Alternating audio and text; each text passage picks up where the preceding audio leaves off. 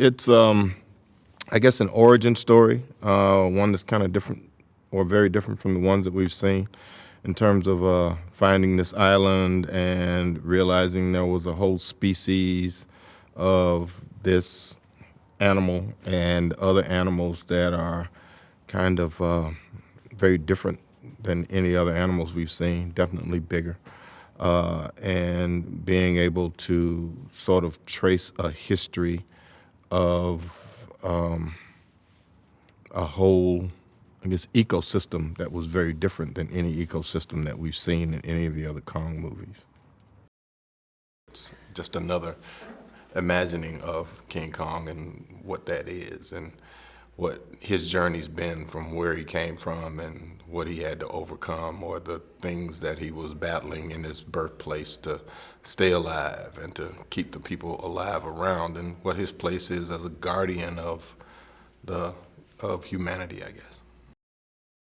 I like because I went to see it when I was a kid and it was a great story and it was an adventure, but it was in the city, and he was on buildings that I could recognize and swatting down planes, and he had a little bitty woman in his hand, and it was high adventure for us. So when I had an opportunity to do it, it was like, okay, this should be fun, especially if we're going to be in a place that's his origin. So it combines a lot of the elements that kids like. It's a high adventure story in a jungle in an unknown place with not just Kong but other things that might kill you. So it was kind of tempting to get in there and do that.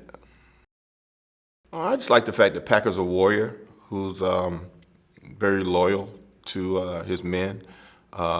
He does have a huge resentment because Kong is killing his men, so it becomes his mission. So in my mind, he became, I became Ahab. He was my white whale, so that was the driving force for me.